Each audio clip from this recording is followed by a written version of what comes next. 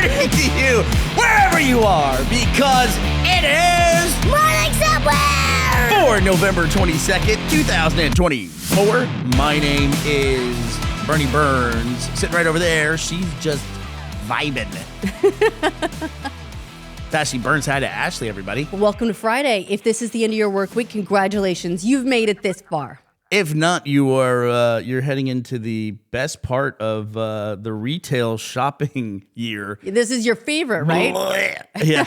I had a thing where we were, like I said in a previous podcast, because they do not celebrate Thanksgiving in the UK because they're so fucking ungrateful. There is no Thanksgiving. I was putting stuff in the Amazon cart last. I hate to out ourselves. We're Amazon shoppers. Well, it's here.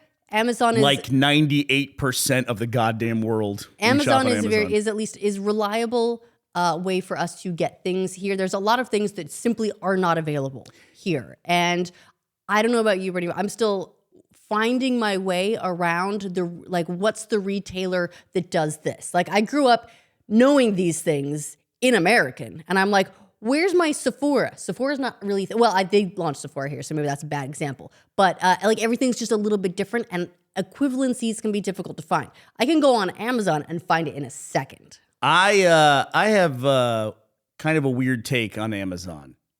I don't think of Amazon as a retail company.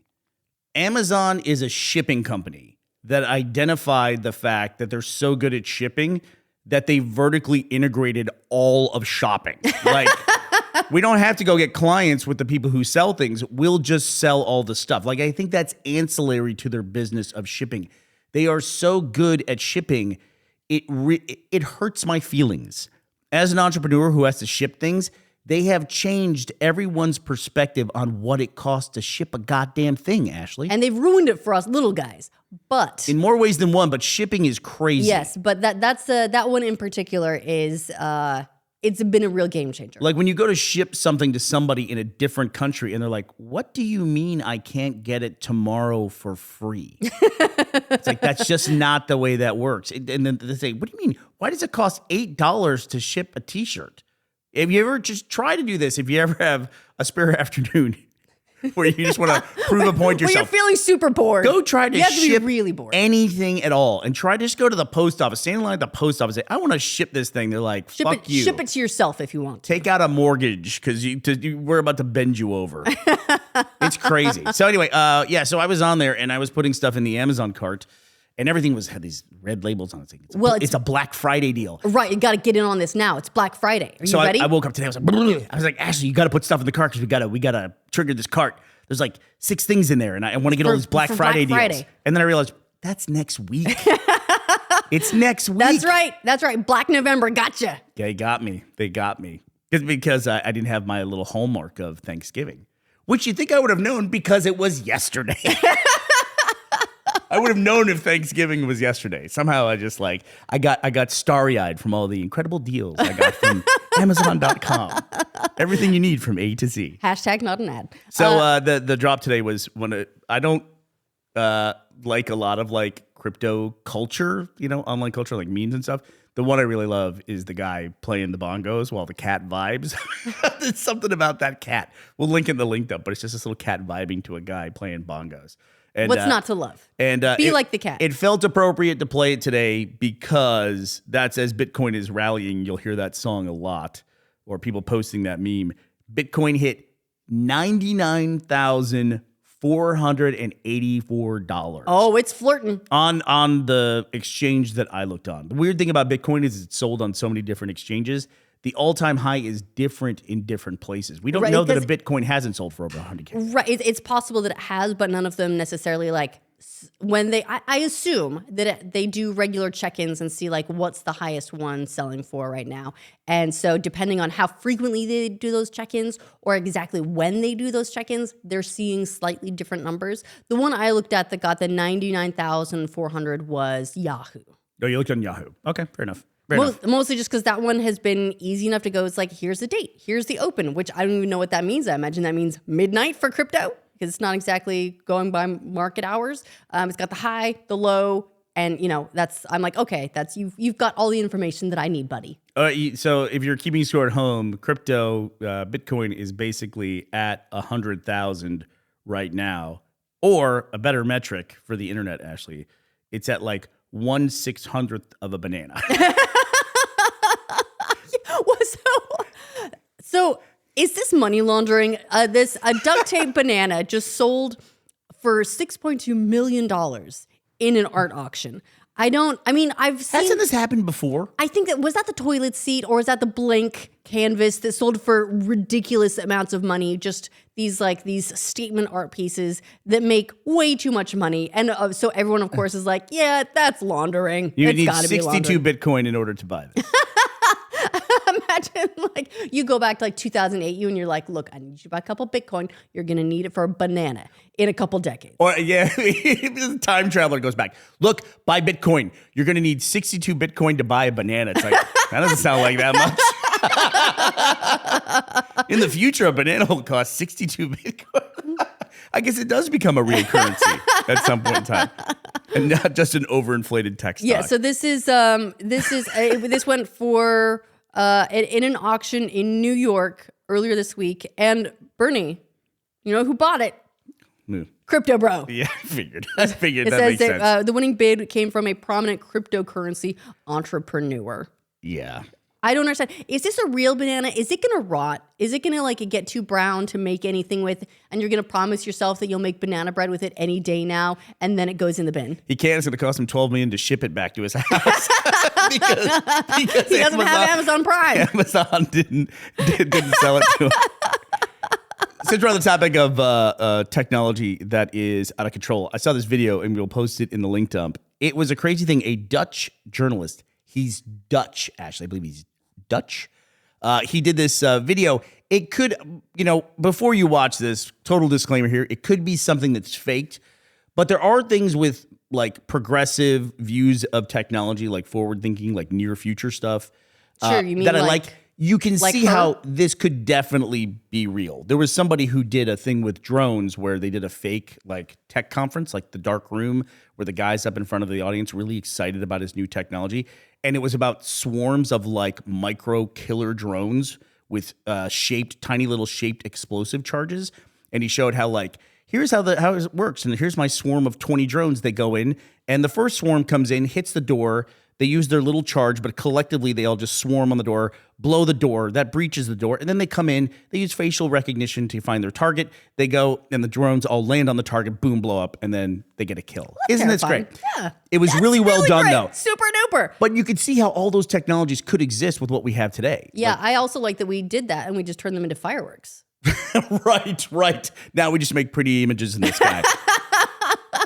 That's consumerism, baby. To me, the classic example of that is video conferencing, and more so today, universal translators. Like in Star Trek, there was this sci-fi device of a universal translator where you put it in your ear, and you just you don't ever have to write an alien language. You just have this scientific device where everyone speaks English, and you have a universal translator. We have that today, just no one's interested in it. We could really have that device today.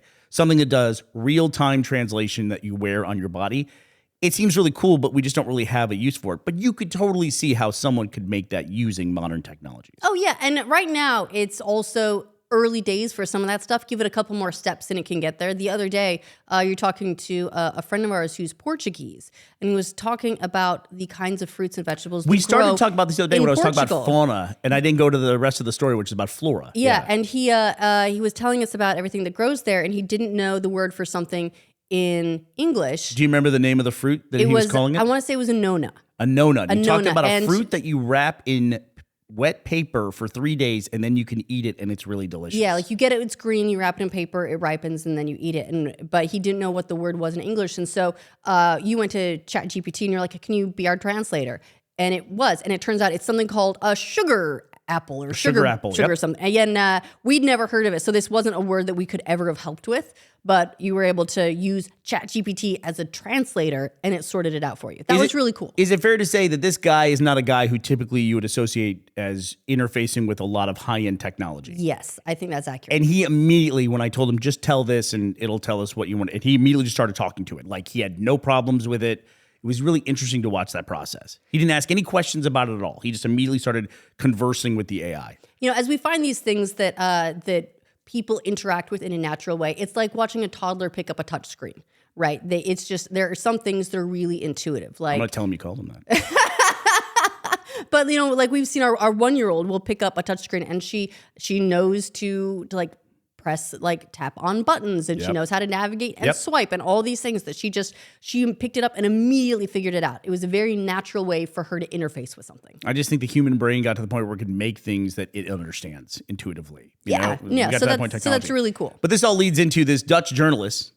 He's Dutch. He made this video of him wearing a pair of glasses like the one I was describing the other day.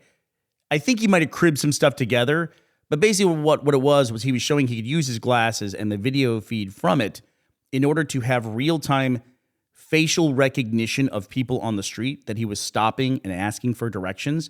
And while they're giving him directions, his view is being populated with all of their public personal information. Right, like their social media or and their LinkedIn or whatever. and stuff like that. And it finds the people really quickly just based on looking at them. And he would even say like, hey, aren't you Marta who Like works at from this such law and such? firm? And she's like, yes, I am. And he's like, you got a promotion recently. Congratulations. And things like that. They're like, thank you. And they're all really creeped out.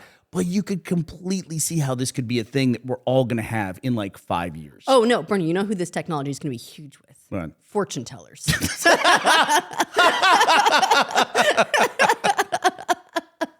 Didn't you recently have a bad day? You feel like you've just started a new workout routine for the 50th time. Yeah, it goes back to when, even like this conversation, if I look back on this conversation in 5 years, it'll probably seem silly to us. Because it goes back to like on the RT podcast, we were talking about selfies for the first time. And you were the person who taught us that word. Like you taught me that word. You're welcome. I know. And everyone, I know it's one of those things whenever we bring up this conversation, people say like, no, I was calling it selfie long before that. But we were on a very popular podcast in real time. And there were 3 other hosts on there and no one called out the fact that they had never heard the word selfie before. It's a weird time capsule these things can become. So like 5 years from now, when we're all have this like real-time data fed to us constantly, like, of course we have that. Why wouldn't we have that? But yeah, don't be ridiculous. From us sitting here in 2024, that's weird. Right now it's a tech demo. Now it's a tech demo. It's not like an AI deity level of weird, but it's still weird. You were telling me about this, that there's a church in Switzerland that got their own sort of like version of these glasses, except it's AI Jesus. So they're now, a church in Switzerland is using an AI-powered Jesus in order to take confessions. Here's what I want. I'm really hoping that they're using that like London Heathrow technology for making a hologram where it's like a clear plastic cutout of Jesus. And there's like just Jesus like projected on it going, hello, my son. What sins have you committed today? I love you. I love you. Did I take a little Jewish accent on Jesus there? I don't know. That was appropriate. 10% or you're going to hell. Thank you. There you go. Yes. we take Apple Pay. Which really quick aside, Verge is reporting now that the federal government in the U.S. Is going to start regulating Apple Pay the way they regulate other things. New rule is meant to ensure digital payment providers adhere to the same laws as credit unions and large banks. So the fintech industry, the Apple Pay and Google Pay and all those like digital pay, tap to pay services are kind of at the forefront for that. They're the first ones that are going to start to get regulated, which I think is a good thing. I think it's a good thing too. I love what those things have done in terms of making it easier for people to transfer money to each other, or easier for people to pay for stuff. Or tithe. Or tithe. Give it to AI Jesus. But I think that this sort of regulation is also important so that you have the security of knowing that it's legitimate, right? I don't think we knew until these things came along how nice it would be to be able to just transfer money to someone with a Venmo or whatever, or transfer money to someone with Apple Pay. And then it has weirdly been easier in every other country than the US though, up until this point. For some reason, that's hard to do in the US. Right, which we learned once we left the US. When we got here and you were like, oh, I need to transfer you money. And they go, okay, here's these, just transfer Here's, money like, to this 3 bank account. numbers. And you're like, Yeah, what? You yeah. can do that? That's that easy? And Amazing. everyone has it on all their phones and on all their banking apps and everything. I don't have to like go down to the police station and get fingerprinted or anything like that for this wire transfer. my bank might be a little backwards too, but I'm actually surprised you. Like the banking app I have on a very low level, entry level Scottish bank. I don't want to say what bank I'm at, but a Scottish bank. I have an app that, when I do a credit card transaction online, the app just goes, instead of like sending me a text with a confirmation code or anything, the app just pops up and goes, do you want to approve this? And I say yes on my app right there. It's so great. It's so much better. And I'm sure there are US banks that have it. My bank in the US did not have that. Yeah. So I love the idea that things can get easy to use, like a touchscreen, but behind the scenes, the technology is good and secure and great. Right. Like if you want to subscribe to somebody's OnlyFans, it's super easy here. Then you just confess to AIGs. You never have to leave the environment of your phone. Did they just pop AI Jesus like into a confessional booth and you slide the window open and AI Jesus is just staring at you? Well, if you think about it, like if looking back through history, going into the confession booth, shutting the door and sliding that little window open is kind of like the original incognito mode, right? That's what you're just, and you basically, once you go into that incognito mode in the confession booth, you basically use all the same words you would use in your searches that you would use in incognito mode. You like just shut that door and you go, masturbation, hot neighbor, impure thoughts. This keeps coming up to as everything is going on in the world, as we slide further to the right, which is inarguable. There's always the discussions that kind of pop up on the fringes like, hey, should we put the 10 Commandments in every classroom? And I can't ever avoid this conversation when it comes up. Ashley, you know of the 10 Commandments. You're I know aware of them. that they exist. Yep. How many of the 10 Commandments do you think you can name? Oh boy, here we go. Okay, no killing. Got it. No wanting to bang your neighbor's wife. You're going with the classics. No lending with interest. No, that's a rule, but it's not in the 10 Commandments. Okay. No. And these are all up to interpretation. Okay, hold on. So I got 2 commandments so far. Hold on. Where's 2 out of 10. Where's mixing fabrics? It's not in there either. Where's the one about shellfish and pork? The big one is if you think about like why the 10 Commandments. Yes, America is a country that was based on Christians that were fleeing from other parts of the world. Yes, that is true. But one of the things, especially about the U.S., is the separation of church and state. The first commandment is, you shall have no other gods. Like, you can understand why that shouldn't be in a court or that shouldn't be in a classroom, right? I can see that, yes. Like, literally, you don't have freedom of religion if on the wall in your courtroom it says you can't have any other god. Right. Then, isn't that sort of in violation, then, of the U.S. government already? Well, the First Amendment to the Constitution is freedom of religion. It includes that. So the First Amendment of the U.S. Constitution is basically in direct violation of the top commandment. Well, I've just pulled this list up. One of them is you shall not make any idols, which just puts Korea right out. Why is Korea out? No more K-pop? No more K-pop. I don't know if K-pop is a mortal sin. Remember the Sabbath and keep it holy. Honor your mother and father. That's number 4. Coming in at number 5. You shall not murder. Thought that one would have been higher. 6, you shall not commit adultery. 7, you shall not steal. You missed a good one there. Oh, classic. Right. It is a Don't classic. steal. You shall not give false testimony against your neighbor. You shall not covet your neighbor's house, and you also shall not covet your neighbor's wife, or his manservant, or his maidservant, or his ox or donkey, or anything else that belongs to your neighbor. You're just looking out the window going, God damn, the Jeffersons have a really nice donkey. Wish we could get that donkey. Now it's like, modern words are like, you shall not covet your neighbor's ballistic missiles. You know what, though? They've just added a new one. What? Thou shalt not sing in the wicked viewing. I read an article about this. How do you feel about that? Where people are? Go ahead. And tell us a story. So the AMC chain of movie theaters is putting a notice up before their screenings of Wicked, which is opening, saying no talking, no texting, no singing, no wailing, no flirting. Absolutely no name calling. I guess you're not allowed to flirt during the movie. But specifically, is that a Wicked specific thing? I don't think so. But I think it's just that they're trying to cover a lot of bases and they're putting this advisory up before movies specifically because... No false idols. But they're specifically, I guess there AI are some Jesus is theaters watching you, they're wicked viewers. doing AI. They're doing sing-along viewings of Wicked, but if you're not in a sing-along viewing, don't fucking sing along. That's what they're saying. I wonder though. But they use nicer language. I appreciate those sing-alongs. I wonder if anybody has ever gone to like the Rocky Horror Picture Show just to watch the movie, and they've been completely annoyed. Like, will you people all just shut up? Well, not in the last couple decades, for sure. That would have been great to go to a midnight screening for Rocky Horror Picture Show and like constantly go to the manager and go, these people are just like talking. People won't be quiet. They're just talking along with the characters. What's happening? As someone who hasn't seen Wicked, I would like to just go see it without somebody doing their own performance. I appreciate this. I like that they are doing this where they can separate it out, where you can go and you can watch a movie with people who can sing, doing the singing.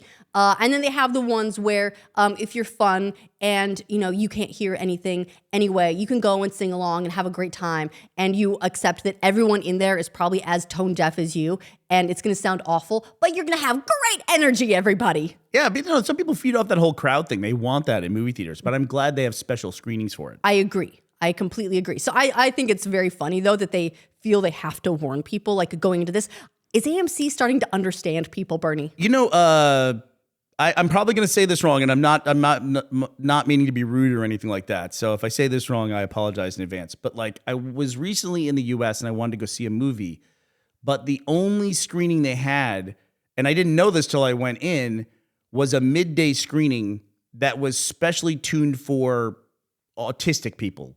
So like was it turned down a little bit? They turned the sound down and they left the lights on in the theater. And there was nobody really, there was one other group in there with me, and that was it. I gotta say, I didn't mind it at all. It was weird, different, you know what I mean?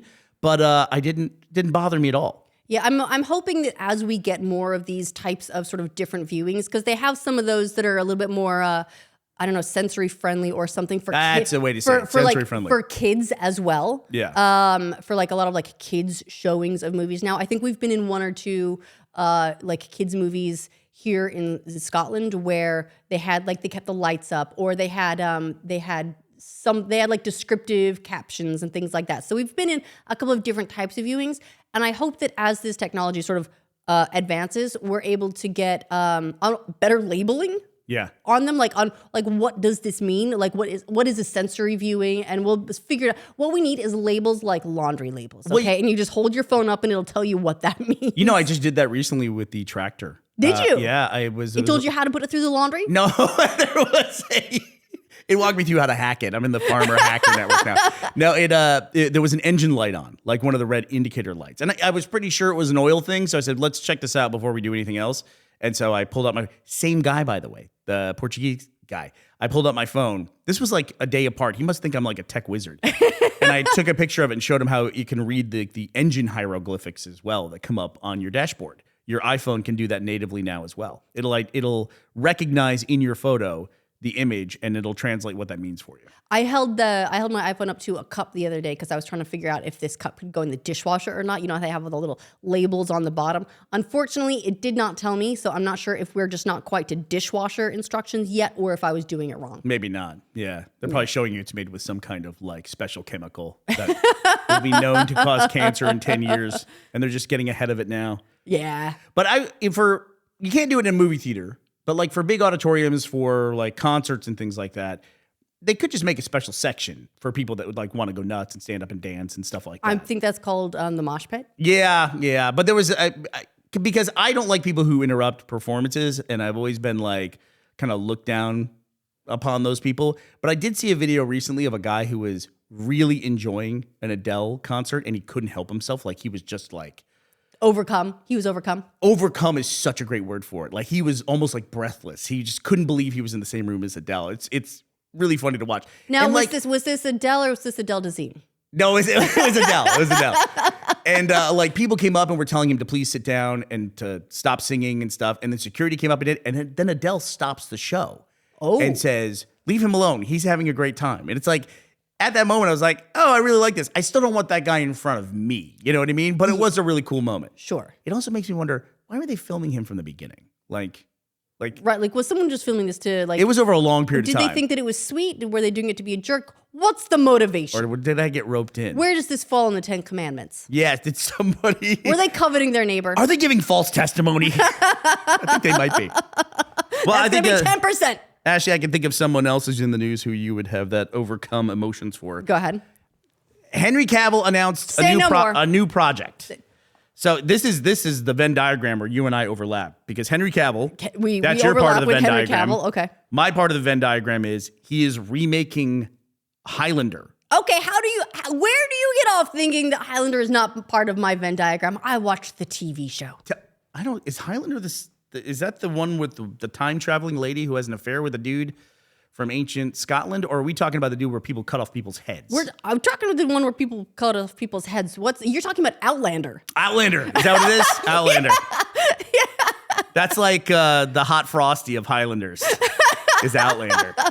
But yeah, Henry Cavill is reported to be playing a 500-year-old martial artist in new action-heavy Highlander reboot. Yeah, say no more. I'm on board. Are you, though? Because it is a Henry Cavill project that's been announced. Like, what's going to happen at this point in time? What is going on with this dude in particular? I feel Everybody likes this guy, and yet his projects always get, like, sidetracked or derailed or something's going on. I feel like he almost like he has like he got a monkey's paw, right? There's something going on there because he is insanely attractive, charismatic. He puts his all into every role he's in. He's done the most amazing stuff, but all of these like really big passion projects that he gets involved with, something seems to go wrong. He honors his mother and father. He does everything right. He doesn't covet other people's donkeys. But then like obviously he was really into Witcher. Witcher kind of went off the rails to the point that he left the project. He's really into Warhammer. Let's and be he's clear, working though, on this. why it went off the rails? Because he wanted to keep it faithful to the original source material, and he felt like the series was moving away from that, so he left the show. Yeah, which it's takes a good lot. reason to leave. So why don't they just go with this guy? But it was that. But then also he was coming back as Superman, and then they went, no, he's not. And then he's got this Warhammer thing going with Amazon, but that's still pre-production, and who knows if it's going to get off the ground. And then he was, he's been in a couple movies. It's like, this is going to be amazing. How could this go wrong? Look at the ingredients here, and it's just they don't quite hit. I don't know what it is. He's one of those people that he is one of the most popular, most adored, handsomest, most charismatic, successful actors who name his top grossing thing, right? Argyle. No. Yeah, it's tough to say. What it would be his top grossing? It's got to be one of the Superman movies. Maybe Mission Impossible. Maybe Mission Impossible because he's in it. It's kind of like Brad Pitt's Deadpool 2. Yeah. While we're on both the topic of movies that came out this year, like Argyle and Deadpool 2, we have hit a historical milestone that is different than Bitcoin approaching 100K. This is an entertainment one. So this is the first time ever in the history of cinema that all top 10 of the highest grossing films of the year have all been sequels. Ooh. First time it's ever happened in at least 50 years. I mean, there could have been like, some Charlie Chaplin era stuff that was like sequels off of one another. But yeah, from Deadpool and Wolverine to Dune Part 2, all 10 of the highest grossing movies of 2024 are sequels. This is according to GamesRadar.com. Okay, so I'm looking at the list here. It's not exactly written out in list format, so I might miss a couple of these. But we've got Inside Out 2, Deadpool, Wolverine, Despicable Me 4.